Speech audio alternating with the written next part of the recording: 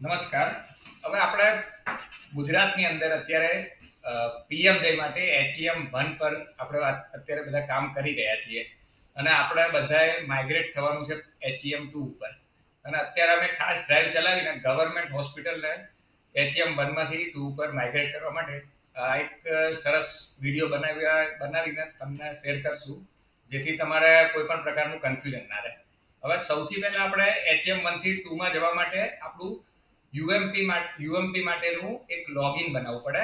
એ login બનાવવા માટે તમારા ump.pmj.gov.in એ યુઆરએલ ઉપર જઈને તમારા જે મેઇન વ્યક્તિ છે, જેમ કે સીએચસી ની અંદર તમારા મેડિકલ સુપ્રિન્ટેન્ડન્ટ છે, અથવા તમારી પીએચસી ની અંદર મેડિકલ ઓફિસર સાહેબ છે, અથવા જો ક્યાંક બોન્ડેડ ડોક્ટર હોય છે તો તમારા જે રેગ્યુલર ડોક્ટર્સ છે અથવા તો કોઈ રેગ્યુલર કર્મચારી છે, એના માટે તમારે સૌથી પહેલા યુએમપી પર જઈને એનું સાઇન અપ કરવાનું રહે. હવે સાઇન અપ કરવા માટે તમારે આધાર બેઝ મોબાઈલ નંબર અને ઈમેલ એડ્રેસની જરૂર પડે, કારણ કે એ બંને ઉપર તમારું ઓટીપી આવતા હોય છે.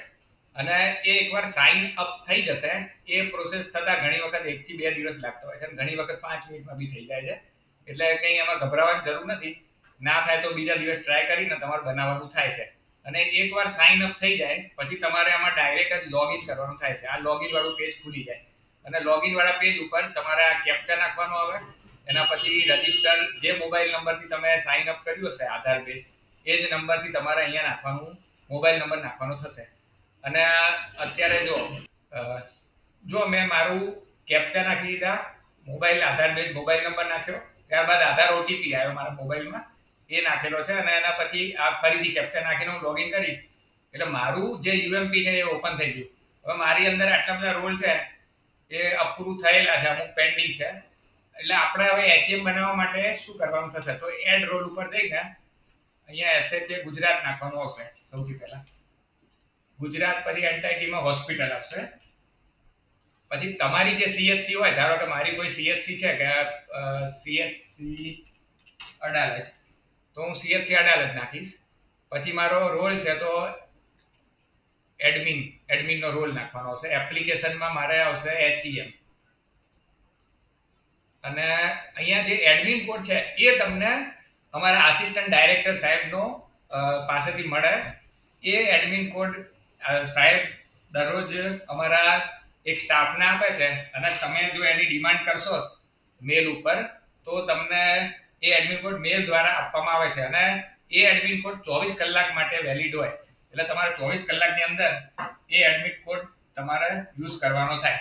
અને એ તમને જિલ્લા લેવલે તમારા ડીપીસી પીએમજે, ધારો કે અમદાવાદના ડીપીસી છે ચિરાગભાઈ, તો ચિરાગભાઈનો કોન્ટેક્ટ કરવાનો થાય. અથવા જો તમે કોર્પોરેશનમાં હોય અમદાવાદમાં તો હિતેન્દ્રભાઈ છે, તો એમનો કોન્ટેક્ટ કરીને તમારે એ એડમિન કોડ લેવાનો થાય. એ એડમિન કોડ તમે આમાં નાખશો પછી અહીંયા એડ આવશે. એડ કરીને તમારે અહીંયા સબમિટ કરવાનું થાય. આટલું તમે કરશો એટલે તમારું કામ પૂરું થયું. ત્યાં તમારો રોલ આવી રીતે તમને બતાવું કે જેમ કે મારું એક અહીંયા એક 6 નંબરમાં મારું એક પેન્ડિંગ છે, આવું તમને પેન્ડિંગ બતાવશે. અને એ રોલ અહીંથી સ્ટેટમાંથી આસિસ્ટન્ટ ડાયરેક્ટર સાહેબના લોગિનથી એને અપ્રૂવ કરવાનું થાય.